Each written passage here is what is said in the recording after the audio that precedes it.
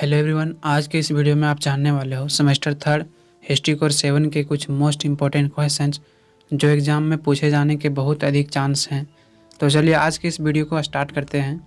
Question है कि बक्सर युद्ध के कारणों एवं परिणामों का वर्णन करें, अथवा बक्सर युद्ध के कारणों एवं महत्व की विवेचना करें, अथवा बक्सर विद्रोह के मुख्य कारणों की विवेचना करें। तो ये तीनों क्वेश्चन जो है सेम है।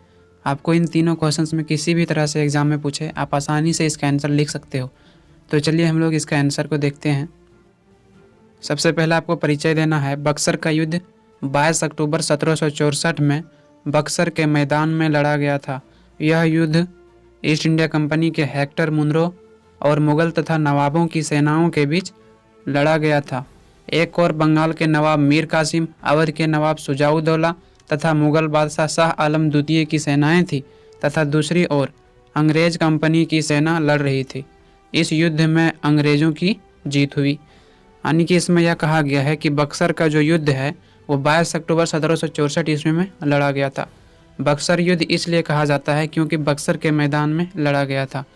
यह युद्ध जो है ईस्ट इंडिया कंपनी और मुग़ल तथा नवाबों की सेनाओं के बीच लड़ा गया था। एक ओर से बंगाल का नवाब था मीर कासिम, अवध का जो नवाब था उस समय वो था शुजाउद्दौला तथा मुग़ल बादशाह शाह आलम द्वितीय था। एक ओर से इनकी सेना तथा दूसरी ओर से जो है अंग्रेज़ों की सेना लड़ रही थी और इस युद्ध में अंग्रेज़ों की जीत हुई और इन तीनों को पराजय का सामना करना पड़ा, जिसके परिणाम स्वरूप बंगाल, बिहार तथा उड़ीसा का दीवानी और राजस्व अधिकार अंग्रेज कंपनी के हाथ चला गया। इस युद्ध में अंग्रेज के लगभग 847 सैनिक तथा दूसरे पक्ष के 2000 सैनिक मारे गए।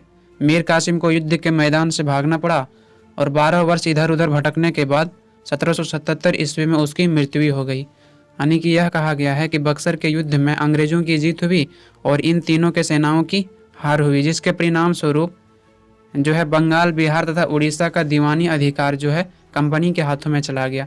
दीवानी अधिकार क्या होता है? जैसे कि पहले बंगाल, बिहार और उड़ीसा के जो नवाब थे, राजस्व कलेक्ट करने का अधिकार नवाब का था, लेकिन जब अंग्रेज़ों ने बंगाल, बिहार तथा उड़ीसा पर अपना नियंत्रण स्थापित कर लिया उसके बाद जो है राजस्व कलेक्ट करने का अधिकार अपने हाथों में ले लिया। इस प्रकार से जो है अंग्रेज़ों के हाथों में राजस्व कलेक्ट करने का अधिकार मिल गया, जबकि प्रशासन का अधिकार नवाबों के पास ही रहा। यह माना जाता है कि बक्सर के युद्ध में अंग्रेज़ों की ओर से 847 सैनिक मारे गए थे, जबकि दूसरे पक्ष जो मुग़ल तथा नवाब की सेनाएं थी उनमें लगभग 2000 सैनिक मारे गए थे। इसमें यह कहा गया है कि जो मीर कासिम था वह युद्ध के मैदान से भाग गया था और 12 वर्ष इधर उधर भटकने के बाद जो है 1777 ईस्वी में उसकी मृत्यु हो जाती है। उसके बाद आपको हेडिंग बनाना है बक्सर युद्ध के कारण। बक्सर युद्ध के क्या कारण थे? अंग्रेज़ों के द्वारा प्लासी का युद्ध जीतने के बाद मीर जाफ़र को 1757 में बंगाल का नवाब बना दिया जाता है। अंग्रेज़ों ने प्लासी का युद्ध मीर जाफ़र को नवाब बनाने के लिए नहीं बल्कि अपने स्वार्थ के लिए लड़ा था। यानी कि इसमें यह कहा गया है कि अंग्रेज़ों द्वारा प्लासी का युद्ध 1757 में बंगाल के नवाब सिराजुद्दौला के बीच हुआ था। इस युद्ध में जो है अंग्रेज़ों की जीत हुई और सिराजुद्दौला का हार हुआ। यहाँ पर आपको कन्फ्यूजन नहीं होना है। बंगाल में जो है एक था सिराजुद्दौला और जो अवध का था, जैसे कि मैंने आपको पहले भी बताया है, वो है शुजाउद्दौला। तो दोनों में आपको कन्फ्यूजन नहीं होना है। बंगाल का नवाब जो है वो है सिराजुद्दौला जो प्लासी का युद्ध लड़ा था, और जो बक्सर का युद्ध लड़ा है वो अवध का है शुजाउद्दौला।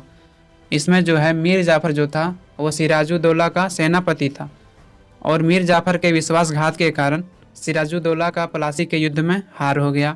इसमें यह कहा गया है कि अंग्रेज़ों ने प्लासी का युद्ध इसलिए नहीं लड़ा था ताकि मीर जाफ़र को बंगाल का नवाब बनाया जाए, बल्कि इसलिए लड़ा था ताकि वह अपने स्वार्थ को पूरा कर सके, वहाँ से अधिक धन को कमाना चाहता था। आगे है कि इसीलिए मीर जाफ़र अंग्रेज़ों का मात्र एक कठपुतली नवाब के रूप में कार्य कर रहा था। यानी कि मीर जाफ़र सिर्फ नाम का शासक था। बंगाल की सत्ता वास्तविक रूप से अंग्रेज़ों के हाथों में चला गया। धीरे धीरे अंग्रेज़ों का स्वार्थ और ज़्यादा बढ़ने लगा, परंतु मीर जाफ़र के रहते हुए वह पूरा नहीं हो पा रहा था। यानी कि इसमें यह कहा गया है कि मीर जाफ़र जो है केवल नाम का नवाब था, वह अंग्रेज़ों के कठपुतली के रूप में कार्य करता था, अंग्रेज़ों के इशारों पर नाचता था। अगर मीर जाफ़र की बात करें तो यह बंगाल के केवल नाम का शासक था। वास्तविक शक्ति जो है अंग्रेज़ों के हाथों में चला गया था और अंग्रेज़ जिस कार्य को करने के लिए कहते थे उसी कार्य को जो है मीर जाफ़र करता था।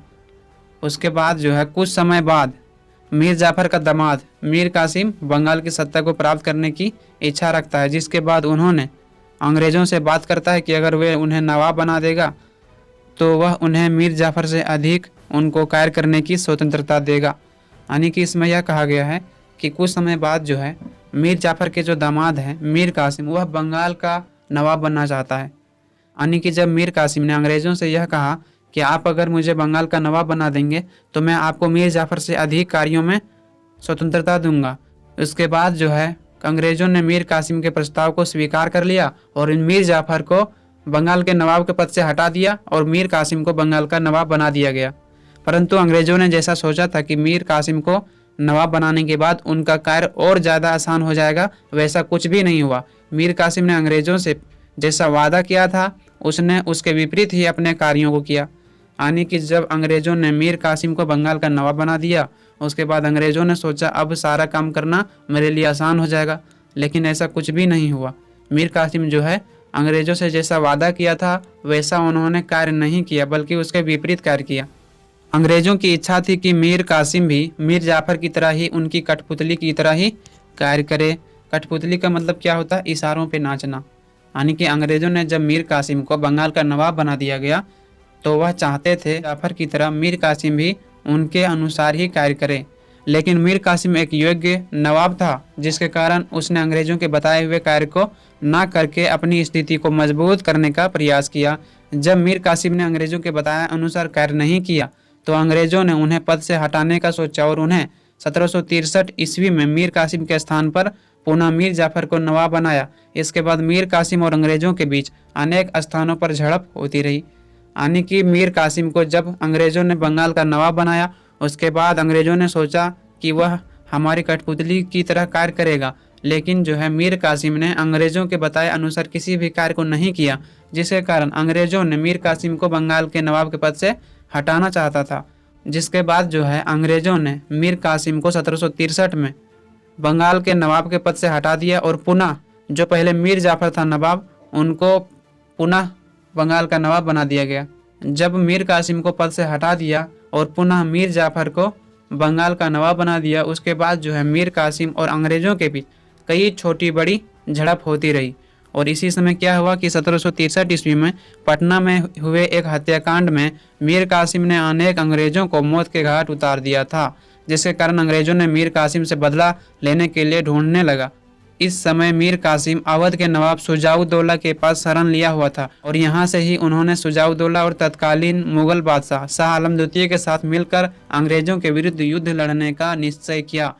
यानी कि जब अंग्रेज़ों ने मीर कासिम को बंगाल के नवाब के पद से हटा दिया और उनके स्थान पर मीर जाफर को नवाब बना दिया गया, उसके बाद अंग्रेज़ों और मीर कासिम के बीच कई छोटी बड़ी झड़प हुई। इसी बीच यह हुआ कि 1763 ईस्वी में मीर कासिम ने अंग्रेज़ों के कुछ बंदियों को हत्या कर दिया था, जिसके कारण अंग्रेज़ों ने मीर कासिम को ढूंढने लगा ताकि उनसे बदला लिया जा सके। इस समय जो है मीर कासिम अवध के शुजाउद्दौला के पास जाके शरण लिया हुआ था और वहीं पर दिल्ली के जो बादशाह थे शाह आलम द्वितीय, वो भी वहाँ पर मौजूद थे। जिसके बाद इन तीनों ने मिलकर एक योजना बनाया कि ब्रिटिश कंपनी के विरुद्ध युद्ध लड़ा जाना चाहिए। जिसके बाद जो है इन तीनों ने ब्रिटिश कंपनी के विरुद्ध युद्ध लड़ने का निश्चय किया। उसके बाद आपको हेडिंग बनाना है बक्सर युद्ध के निम्न कारण थे। यानी बक्सर युद्ध के जो है निम्नलिखित कारण थे। पहला कारण था मीर कासिम को नवाब के पद से हटाना। अंग्रेज़ों ने मीर कासिम को नवाब बना दिया था। अंग्रेज चाहते थे कि अयोग्य व्यक्ति नवाब बनेगा तो उसके नियंत्रण में रहेगा और उनके बताए अनुसार कार्य करेगा, लेकिन ऐसा नहीं हुआ। मीर कासिम योग्य निकला था। अंग्रेज़ों ने मीर कासिम को भी पद से हटाने का निश्चय किया। यानी कि बक्सर युद्ध का जो प्रथम कारण था वो था मीर कासिम को नवाब के पद से हटाना। अंग्रेज़ों ने जो है मीर कासिम को बंगाल का नवाब बनाया था ताकि जो है वह अंग्रेज़ों के बताए अनुसार कार्य करे, लेकिन मीर कासिम जो था वह एक योग्य नवाब था, जिसके कारण अंग्रेज़ों के बताए अनुसार किसी भी कार्य को नहीं करता था। जिसके कारण अंग्रेज़ों ने सोचा कि इन्हें नवाब के पद से हटा देना चाहिए और पुनः इसे नवाब के पद से हटा दिया गया और इसके स्थान पर पुनः मीर जाफर को बंगाल का नवाब बना दिया गया। तो इस प्रकार से जो है बक्सर युद्ध का प्रथम कारण मीर कासिम को नवाब के पद से हटाना माना जाता है। दूसरा आपको बनाना है अंग्रेज़ों का अवैध व्यापार पर नियंत्रण।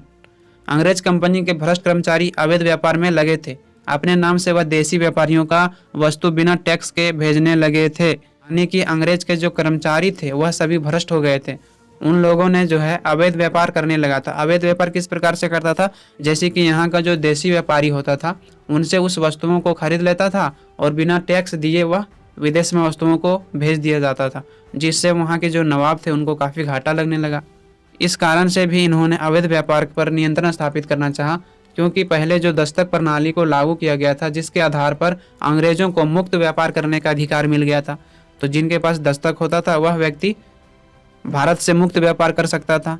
लेकिन इसमें यह किया गया कि जो अंग्रेज अधिकारी होते थे वह अपना दस्तक को अन्य व्यक्ति को बेच देता था और फिर वह दोबारा अपना दस्तक को बना लेता था। यह कहकर बना लेता था कि उनके पास जो दस्तक था वो खो गया है। तो इस प्रकार से इन्होंने व्यापार के क्षेत्रों में बहुत अधिक दुरुपयोग करने लगा था, जिसके कारण बंगाल के जो नवाब थे उनको काफ़ी नुकसान उठाना पड़ रहा था। एक बात इसमें और थी कि जो देसी व्यापारी थे उनसे अंग्रेज कहते थे कि जो सीमा टैक्स आपको देना पड़ता है, सीमा शुल्क कर, उसको आपको नवाब को नहीं देना है। यानी कि आपको अगर सीमा टैक्स 20 रुपया देना है तो उसके स्थान पर आप हमें 10 रुपया दीजिए और मैं आपको सामान विदेश भेजने का अनुमति दे दूंगा। तो इस प्रकार से वह कम कीमत पर जो है वस्तु को विदेश भेज देता था, जिससे यह होता था नवाब को दिन प्रतिदिन घाटा लगते जा रहा था, जिसके कारण जो है अंग्रेजों का अवैध व्यापार पर नियंत्रण स्थापित करना चाहा। उसकी बात नहीं मानी, अतः मीर कासिम ने पहले अवैध व्यापार को रोकने के लिए कंपनी से बात की, परंतु अंग्रेज कंपनी ने अवैध व्यापार को नहीं रोका। ऐसे में मीर कासिम को अंग्रेजों की मनमानी बर्दाश्त नहीं हुआ, इसीलिए उनका विरोध करना आरंभ कर दिया और अंग्रेजों को मीर कासिम द्वारा उनका विरोध करना अच्छा नहीं लगा। अतः अंग्रेजों ने उसे नवाब के पद से हटा दिया और उनके स्थान पर पुनः मीर जाफर को नवाब बनाया गया। नवाब के पद से हटाए जाने के बाद मीर कासिम का गुस्सा और अधिक बढ़ गया। वह अंग्रेजों का कट्टर शत्रु बन गया और उनके विरुद्ध युद्ध करने का दृढ़ निश्चय कर लिया। तीसरा पॉइंट आपको बनाना है मीर कासिम के द्वारा अंग्रेज बंदियों की हत्या। अंग्रेजों ने मीर कासिम सेनाओं को मुर्शिदाबाद, मुंगेर आदि स्थान में पराजित कर दिया।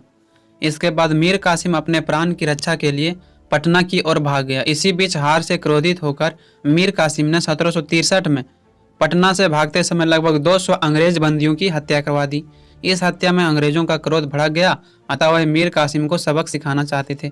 जैसे कि मैंने आपको बताया था कि जो मीर कासिम था उन्हें बंगाल का नवाब बना दिया गया था, लेकिन जब उन्होंने अंग्रेजों के बताए अनुसार कार्य नहीं किया तो अंग्रेजों ने उन्हें पद से हटा दिया। जिसके बाद जो है मीर कासिम और अंग्रेजों के बीच कई छोटी बड़ी झड़प होती रही और इसी बीच 1763 ईस्वी में पटना से भागते समय मीर कासिम ने अंग्रेजों के 200 बंदियों को हत्या कर दिया था। इस हत्या के कारण अंग्रेज जो थे वह काफ़ी क्रोधित हो उठे थे, काफ़ी भड़क गए थे। अतः वे जो है मीर कासिम से बदला लेना चाहते थे, उन्हें सबक सिखाना चाहते थे। तो इस प्रकार से जो है बक्सर युद्ध का तीसरा कारण माना जाता है वो है मीर कासिम के द्वारा अंग्रेज बंदियों की हत्या करना। चौथा पॉइंट आपको बनाना है बक्सर के युद्ध की घटना। अंग्रेजों के द्वारा मीर कासिम को बंगाल का नवाब के पद से हटाकर दोबारा मीर जाफर को बंगाल का नवाब बना दिया जाता है, जिसके बाद मीर कासिम दोबारा बंगाल की सत्ता को पाने और अंग्रेजों से बदला लेने के लिए योजना बनाता है। इसी समय मीर कासिम मदद मांगने के लिए अवध के नवाब शुजाउद्दौला के पास जाता है, जहां पर मुगल शासक शाह आलम द्वितीय भी मौजूद रहता है। इस समय मुगल शासक शाह आलम द्वितीय दिल्ली में शासन कर रहे थे। बक्सर के युद्ध की घटना इस प्रकार से होता है, जैसे कि अंग्रेजों द्वारा मीर कासिम को जब नवाब के पद से हटा दिया, उसके बाद जो है मीर कासिम ने दोबारा से बंगाल की सत्ता को पाने का सोचा और उन्होंने बंगाल की सत्ता को पाने के लिए अंग्रेजों के विरुद्ध युद्ध करने का सोचा। जिसके बाद यह अवध के नवाब शुजाउद्दौला के पास गया। उसी समय उन्होंने देखा कि वहाँ पर जो दिल्ली के बादशाह थे शाह आलम द्वितीय मौजूद थे और इन तीनों के बीच बातें हुई, जिसके बाद इन तीनों ने यह निर्णय किया कि वह अंग्रेज के खिलाफ युद्ध लड़ेंगे। जिसके बाद इन तीनों ने मिलकर अंग्रेजों के खिलाफ युद्ध शुरू किया, जिसे हम बक्सर के युद्ध कहते हैं। इन दोनों ने मीर कासिम की मदद के लिए तैयार हो गया, जिसके बाद तीनों ने मिलकर अंग्रेजों को सामना करने के लिए संधि होती है। इसी बीच अंग्रेज भी बिहार के बक्सर नामक क्षेत्र में पहुंच जाता है, जिसके बाद 22 अक्टूबर 1764 ईस्वी में बिहार के बक्सर नामक क्षेत्र में बक्सर का युद्ध होता है। इस युद्ध में अंग्रेजों ने इस तीनों को पराजित कर दिया था और इस युद्ध के बाद यह तय हो गया कि अब अंग्रेज ही भारत में अपनी शासन करेगा, क्योंकि जिन तीनों को अंग्रेजों ने बक्सर के युद्ध में हराया था, इस युद्ध से पहले इन तीनों की लगभग पूरे भारत में सत्ता स्थापित था। यानी कि अवध के जो नवाब थे शुजाउद्दौला और वहाँ पर जो पहुँचे हुए थे मुग़ल बादशाह शाह आलम द्वितीय, उन्होंने मीर कासिम की मदद करने के लिए तैयार हो गया, जिसके बाद तीनों ने मिलकर अंग्रेज़ों के सामना करने के लिए एक संधि किया। इसी बीच अंग्रेज और इन तीनों के सेनाओं के बीच 22 अक्टूबर 1764 ईस्वी में बिहार के बक्सर क्षेत्र में युद्ध हुआ और इस युद्ध में अंग्रेज़ों की जीत हुई और इन तीनों सेनाओं की पराजित हो गया। जिसके बाद जो है इस युद्ध के बाद यह तय किया गया कि अब जो है भारत में अंग्रेज भी शासन व्यवस्था को चलाएगा, क्योंकि जिन तीनों को अंग्रेजों ने पराजित किया था इन तीनों की लगभग पूरे भारत पर सत्ता स्थापित थी। इस युद्ध के बाद अंग्रेजों की शक्ति भारत में बहुत अधिक बढ़ गई थी। इस बक्सर के युद्ध में अंग्रेजों की तरफ से जो है हेक्टर मुनरो ने अंग्रेज सेना का नेतृत्व किया था, यानी कि अंग्रेजों की तरफ से किसने सेना का नेतृत्व किया था, तो हेक्टर मुनरो ने। यह कहा जाता है कि बक्सर के युद्ध में जीत के बाद अंग्रेजों ने दोबारा रॉबर्ट क्लाइव को बंगाल का गवर्नर बनाया था। उसके बाद जो है आपको हेडिंग बनाना है बक्सर युद्ध के परिणाम या महत्व। अगर आपको क्वेश्चन में पूछे कि बक्सर युद्ध के महत्व को बताएं तो आपको महत्व बनाना है। अगर आपको पूछे बक्सर युद्ध के कारण और बक्सर युद्ध के परिणाम लिखें तो आपको यहाँ हेडिंग बनाना है बक्सर युद्ध के परिणाम। बक्सर युद्ध के परिणाम स्वरूप शुजाउद्दौला तथा सम्राट शाह आलम द्वितीय को विवश होकर इलाहाबाद की संधि करनी पड़ी। इलाहाबाद की संधि निम्न शर्तें थी, यानी बक्सर युद्ध में जब इन तीनों की सेनाओं की पराजय हुई, जिसके परिणाम स्वरूप शाह आलम द्वितीय और शुजाउद्दौला को विवश होकर इलाहाबाद की संधि करनी पड़ी। इलाहाबाद की जब संधि हुई उनमें कुछ शर्तों को रखा गया था। तो पहला शर्त था शुजाउद्दौला से इलाहाबाद छीनकर अवध प्रदेश उसे लौटा दिया गया। दूसरा शर्त था अंग्रेजों को शुजाउद्दौला ने युद्ध के क्षतिपूर्ति के लिए 50 लाख रुपये देना स्वीकार करा लिया, यानी कि इस युद्ध में जो हरजाना हुआ है, हरजाना के तौर पर अवध के जो नवाब थे शुजाउद्दौला, उनको जो है क्षतिपूर्ति के लिए 50 लाख रुपये देना स्वीकार करा लिया अंग्रेज़ों ने। तीसरा है अंग्रेज़ों ने अवध को उसके व्यय पर सैनिक सहायता देने के लिए स्वीकार किया, यानी अंग्रेज़ों ने इस युद्ध के बाद जो है नवाब को सैनिक सहायता देने के लिए तैयार हो गया, लेकिन कहा कि सैनिक का जो खर्च है वो आपको ही देना पड़ेगा। चौथा है अंग्रेज़ों को नवाब ने बिना कर यानी टैक्स दिए अवध में व्यापार करने की छूट दे दी गई। इस युद्ध के बाद जो है अंग्रेज़ों को नवाब जो शुजाउद्दौला था उन्होंने अवध में मुक्त व्यापार करने का अधिकार दे दिया। पांचवा है कि अंग्रेज़ों ने अवध के नवाब से इलाहाबाद के ज़िले को लेकर मुग़ल सम्राट शाह आलम द्वितीय को दे दिया।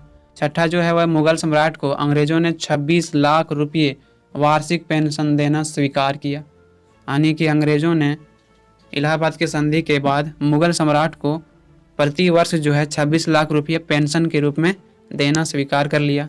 सातवां है मुग़ल सम्राट ने बंगाल, बिहार और उड़ीसा की दीवानी अंग्रेज़ों को सौंप दी।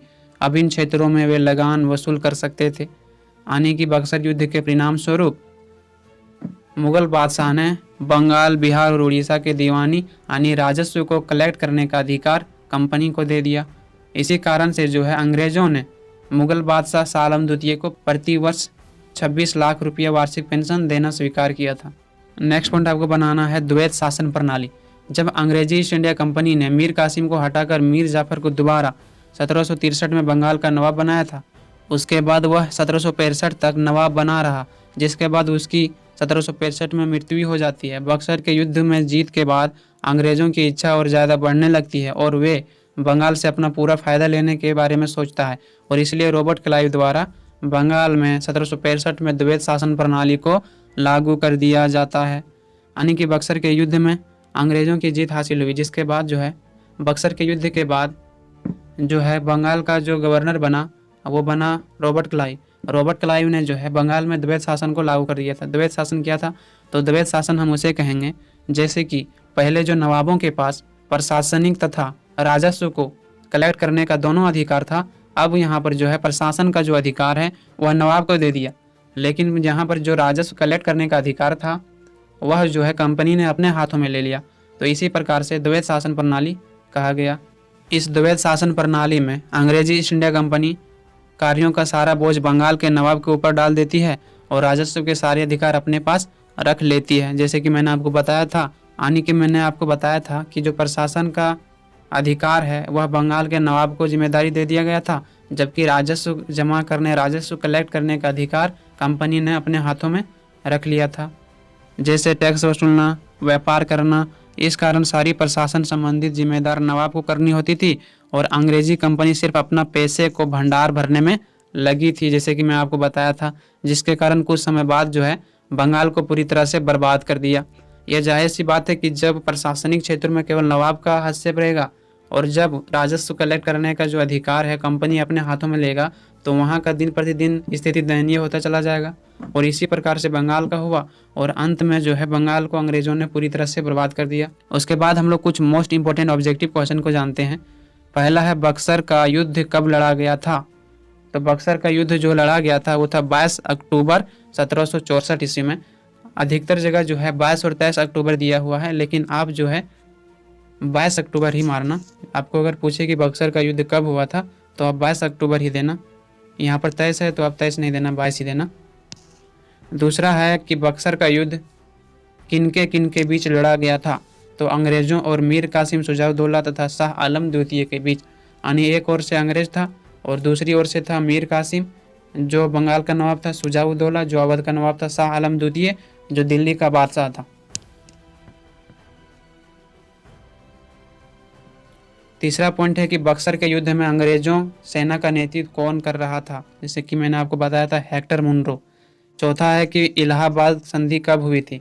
तो 12 अगस्त 1765 में हुआ था, है ना, यानी कि 12 अगस्त 1765 में जो है इलाहाबाद की संधि हुई, जिसके आधार पर मुगल बादशाह शाह आलम द्वितीय ने अंग्रेजों को बंगाल, उड़ीसा और बिहार के दीवानी अधिकार दे दिया। इनके राजस्व कलेक्ट करने का अधिकार कंपनी को दे दिया गया। तो यहाँ पर अगर पूछे कि इलाहाबाद की संधि कब हुई थी तो आप देना 12 अगस्त 1765 में।